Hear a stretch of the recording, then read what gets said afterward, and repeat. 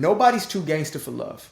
I don't care what set you claim, what gang you bang, how street, how hood, how gutter you think you are. Every single one of us at a core level has the desire to be loved. And this is a natural desire. As early as we come out of that womb, we have the desire to receive love as well as to give that love, right? To feel and experience love from those that have been placed in our environment. Yet for most of us, we're raised in situations and circumstances and family structures that show us everything but love, right? For some people, as early as infancy, they learn conditionality. They learn that if they show up in a certain way, they will not get their emotional needs met. And if they show up in a completely different way, right, in an inauthentic way, then they may receive the things that they desire most. And it won't be done from a place of love. It will be done from a place of tolerance. It will be done from a place of manipulation, right? I want this kid to act in a certain way, so me as a parent am perceived in a certain way. And I've witnessed this a multitude of times. And this ain't to judge parents. I know parenting is hard. Ain't nothing easy about it, right? But I've seen parents who will slap their kid up because their kid embarrassed them in public. It's not about the kid and their behavior and what it may lead to. It's about the parent's perception. I don't want to be seen as a bad parent, so I'm going to put that aggression onto you, right? I feel some type of way, so I'm going to treat you some type of way, right? All kinds of resentment that's even built up towards a child, whether it may be resentment that is towards the parent or the other parent that is no longer in their life, or a multitude of other reasons. But I have seen this lack of true, authentic love express itself to the point where we grow up with these beliefs and end up in a place where we tell ourselves that we don't even care about love, that we could care less without it, we could do without it. We pretend all our lives. What's love got to do with it, we say to ourselves. What's love got to do with it, as a song used to say back in the day.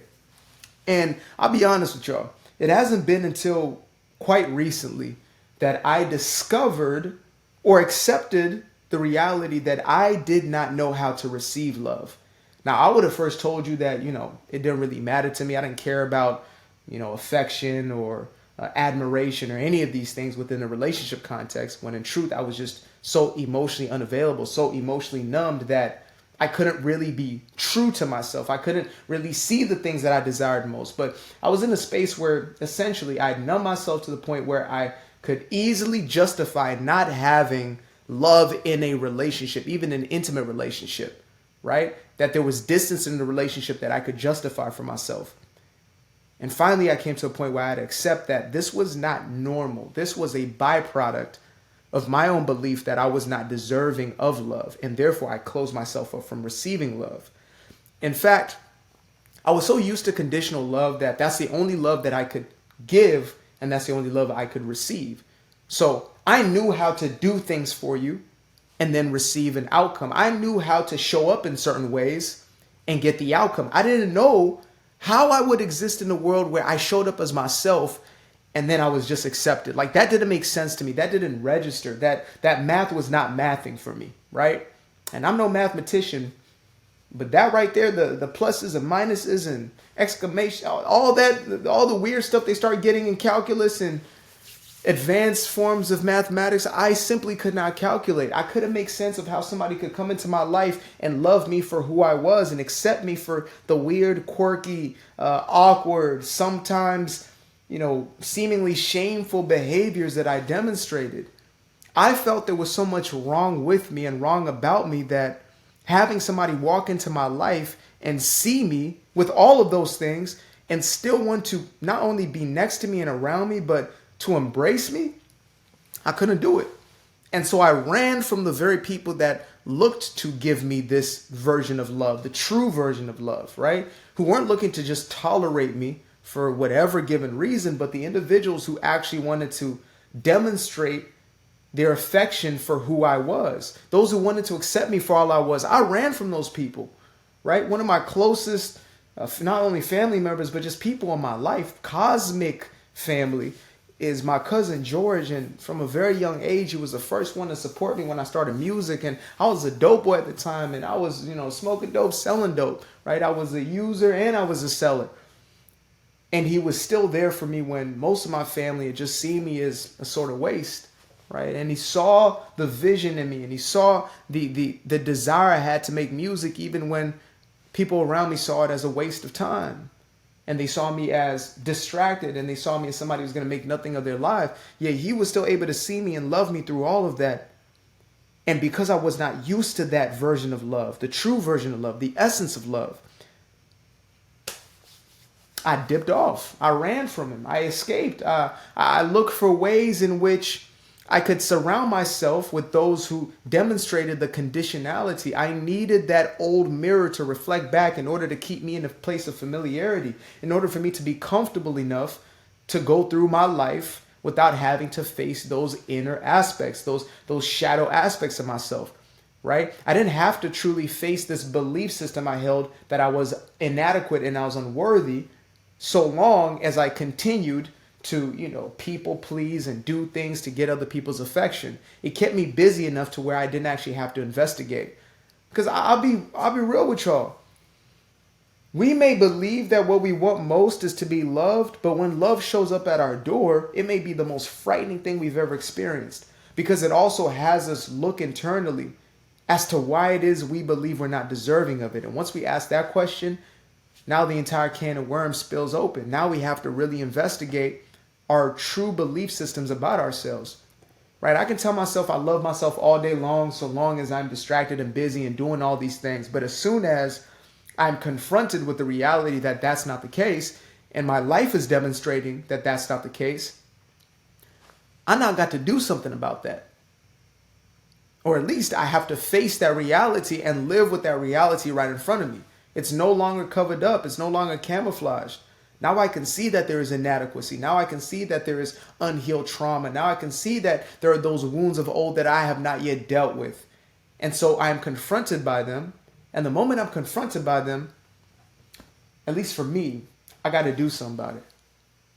And so receiving love is not this overnight sort of experience. When you've lived an entire life or most of your life only knowing conditionality, only knowing tolerance, only knowing, people pleasing or external validation on the basis of the things that you do or the ways that you show up or the ways in which you mask yourself and mirage and create these illusions and disguises for yourself in order to show up in the world. So long as you have lived a life like that for most of your life, that will be the most familiar and comfortable place that you know. And so receiving love may very well be the most difficult thing to accept. However, when you make the decision to accept that aspect of yourself, things begin to change. Life begins to transform right in front of you. The very love that you desired from the world or from others, once you start to give yourself that very same love and to allow that love into your life begins to transform. When you start to accept that you are deserving of that love, your life begins to transform. And it doesn't happen, again, overnight, but it will happen significantly fast. Like the moment I set the intention to open my heart and to live life from that space. Now, when I say open my heart, I'm not talking about what most of us perceive as opening your heart, right? Which is simply going out and doing things for everybody in order to be approved of or to get the attentions or the affections of other people. When I say open your heart, I mean open up to the intelligence of the heart, the wisdom of the heart. Right? The guidance of the heart, which is infinitely more intelligent than our intellect ever could be. I said, I'm going to open that aspect of myself up and be led from that space, as opposed to living with a closed off heart.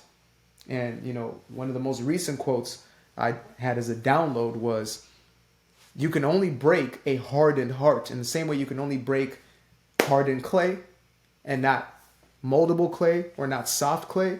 You can only break a hardened heart. It's only when you start to harden your heart that you begin to have these experiences where you are heartbroken, where you feel deep senses of loss and deep senses of resentment and guilt and agony and a suffering through life. When you don't allow your emotions to regulate naturally and to move through you.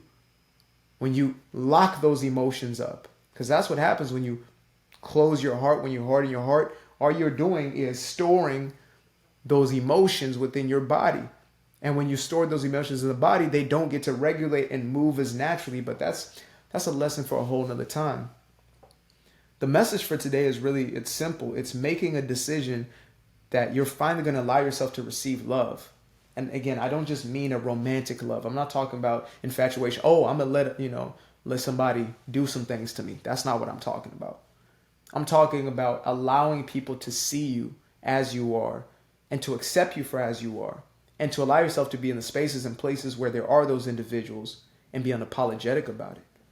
That's what I'm talking about. And when you start to allow yourself to live from that place, live your life guilt-free, as my first published book would say, shameless plug, life becomes that much sweeter. That's the only way I can put it. I've been living a damn wonderland ever since I made the decision to open my heart. And I allowed my soulmate into my life. And I allowed my soul family, my soul tribe into my life. And quite literally, all that you guys see and experience from me is a byproduct of that opening up of my heart and allowing myself to be loved as much as I am allowing myself to love. So that being said, guilt-free plug of my first published book, Doing Me Guilt-Free. Make sure to get yourself a copy by clicking the link in the description below. Until then, appreciate you guys. Much love. Peace.